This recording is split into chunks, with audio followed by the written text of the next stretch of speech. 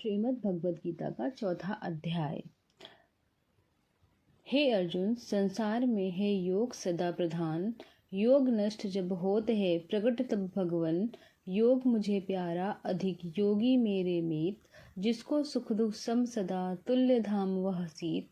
कुंती श्रुत योगी बनूं तब होगा निस्तार। मुक्त होत योगी सदा जिसे न फल की आश। उस योगी के टूटते हैं पांडव शब पाश। श्रीमद् भगवद गीता चौथा अध्याय प्रारंभते। श्री कृष्ण भगवान बोले, इस अविनाशी कर्म योग को मैंने सूर्य से कहा, सूर्य ने मनु से कहा और मनु ने राजा इक्ष्वाकु से कहा। हे अर्जुन, इस परंपरा से प्राप्त यह योग सब राजर्षियों ने जाना, परंतु समय व्यतीत होने से यह लुप्त हो गया। वही प्राचीन योग आज तुमको मैंने बताया है, क्योंकि तुम मेरे भक्त और मित्र हो। यह योग रहस्य अति उत्तम है। अर्जुन कहने लगे, आपका जन्म तो अभी हुआ है और सूर्य का जन्म बहुत पहले हुआ था।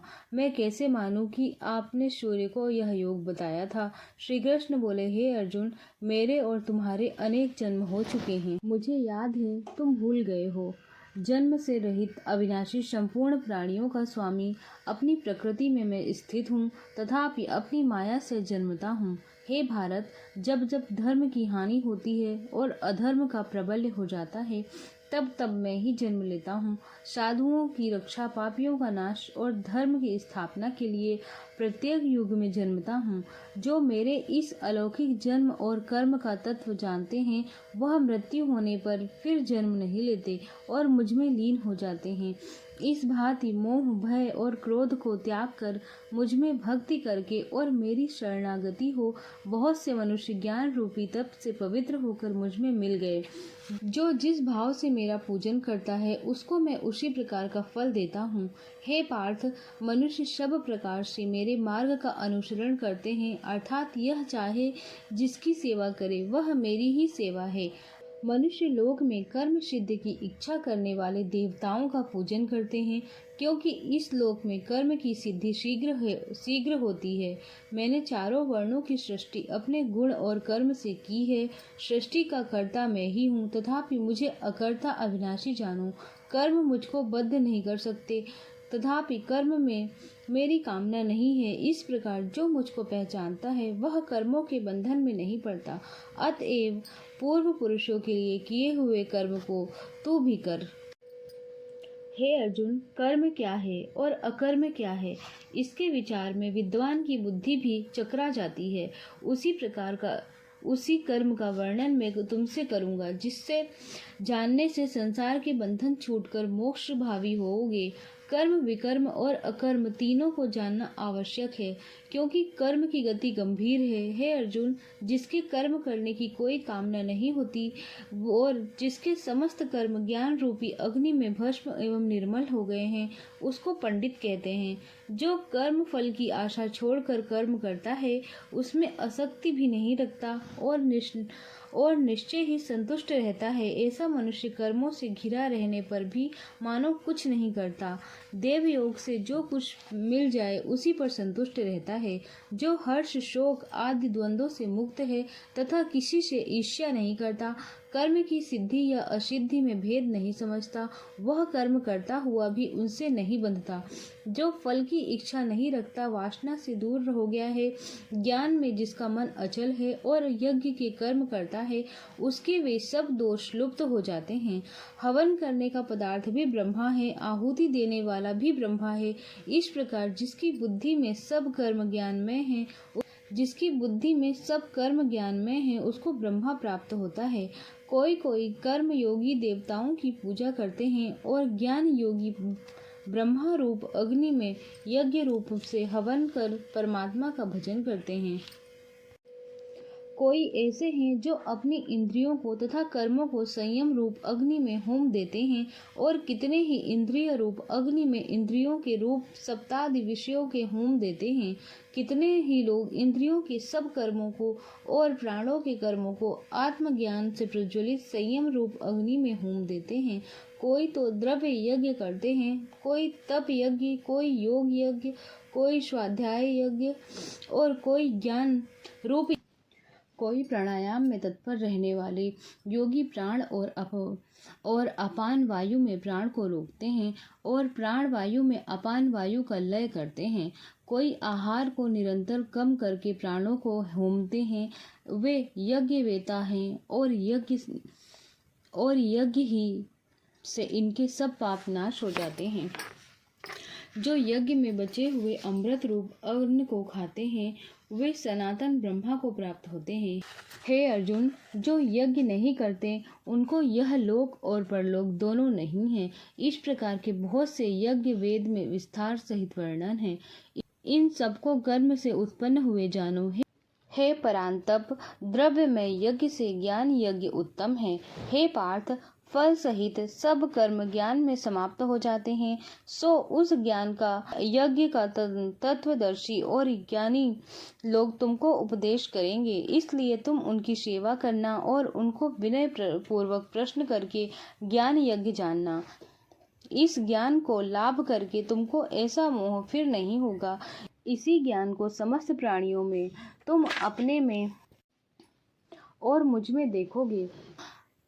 यदि सब पापियों से भी अधिक पाप करने वाले हो तो भी ज्ञान रूपी नौका से ही सब पाप रूपी समुद्र को पार कर जाओगे। हे अर्जुन, जिस प्रकार प्रज्वलित अग्नि लकड़ी को जलाकर भस्म कर देती है, वैसे ही ज्ञान रूप अग्नि सब कर्मों को भस्म कर डालती है। इस लोक में ज्ञान के समान पवित्र और कुछ नहीं है। यह व्रत बहुत काल पर्यंत कर्म योग से सिद्ध हुए पुरुषों को अपने आप ही प्राप्त होता है। जो श्रद्धावान पुरुष इंद्रियों को जीतकर ब्रह्मा में लगा रहता है, वह ज्ञान को प्राप्त करता है और ज्ञान को पाकर अल्प समय में शांति को पा जाता है। अज्ञानी, श्रद्धा रहित और जिनके मन में संदेह है, ऐसे जो पुरुष हैं वह नष्ट हो जाते हैं। जिनके मन में संदेह रहता है उनको यह लोक परलोक और सुख कुछ भी प्राप्त नहीं होता। जिसने परमेश्वर आराधना और निष्काम कर्म योग के आश्रय से कर्म बंधन त्याग दिए हैं, हे अर्जुन, उस आत्मज्ञानी पुरुष को कर्म नहीं बांधते। अतएव अज्ञान से उत्पन्न हुए चित्त के इस संशय को ज्ञान रूपी तलवार से काटकर मेरे बताए हुए कर्म योग को करने के लिए प्रस्तुत हो जाओ। इति शुपनिषद सुब्रह्मा विद्ये योग शास्त्रे श्री कृष्ण अर्जुन संवादे आत्म संयम नाम चतुर्थो अध्याय समाप्तम। अर्थ चौथे अध्याय का महत्व। भगवान बोले, हे लक्ष्मी, जो पुरुष श्री गीता जी का पाठ करते हैं उनके स्पर्श मात्र से अधम देह छूट जाकर मुक्ति को प्राप्त हो जाते हैं। लक्ष्मी जी ने पूछा, हे महाराज, श्री गीता जी के पाठ करने वाले के साथ छूकर कोई जीव भी मुक्त हुआ है? तब श्री भगवान जी ने कहा कि हे लक्ष्मी, तुमको मुक्त हुए की एक पुरातन कथा सुनाता हूँ। भागीरथी गंगा जी के तट पर श्री काशी जी नगर है। वहाँ एक वैष्णव श्री गीता जी के चौथे अध्याय का पाठ किया करता था। एक दिन वह साधु वन में गया। वहाँ बेरियों के 2 वृक्ष थे, उनकी बड़ी छाया थी। वह साधु वहाँ बैठ गया और बैठते ही उसको निद्रा आ गई। एक बेरी से उनके पांव लगे और दूसरे के साथ सिर लग गया। वह दोनों बेरियां आपस में कांप कर पृथ्वी पर गिर पड़ी। पत्ते उनके सूख गए। परमेश्वर की इच्छा से वह दोनों बेरियां ब्राह्मण के घर जा पुत्रियां हुई। हे लक्ष्मी, बड़े उग्र पुण्यों के कारण से मनुष्य देह मिलती है। उस ब्राह्मण के घर जन्म लेकर उन दोनों लड़कियों ने तपस्या करना आरंभ कर दी। जब वह दोनों बड़ी हुई तो उनके माता पिता ने कहा, हे पुत्रियों, हम तुम्हारा विवाह करते हैं। तब उन दोनों ने माता पिता से कहा कि वह विवाह नहीं कराती। इनको अपने पिछले जन्म की खबर थी। वह जाति में सुंदर जन्मी थी। उन्होंने कहा कि एक हमारे मन में कामना है, परमेश्वर वह पूर्ण करें। उनके मन में यही था कि वह साधु जिनके स्पर्श से हमारी अधम देह छूट गई, यह देह मिली है, वह उसे मिले और उसका बहुत भला करे। इतना विचार कर दोनों लड़कियों ने माता पिता से तीर्थ यात्रा करने की आज्ञा मांगी। तब माता पिता ने तीर्थ यात्रा की आज्ञा दे दी। तब उन दोनों कन्याओं ने माता पिता की चरण वंदना करके गमन किया।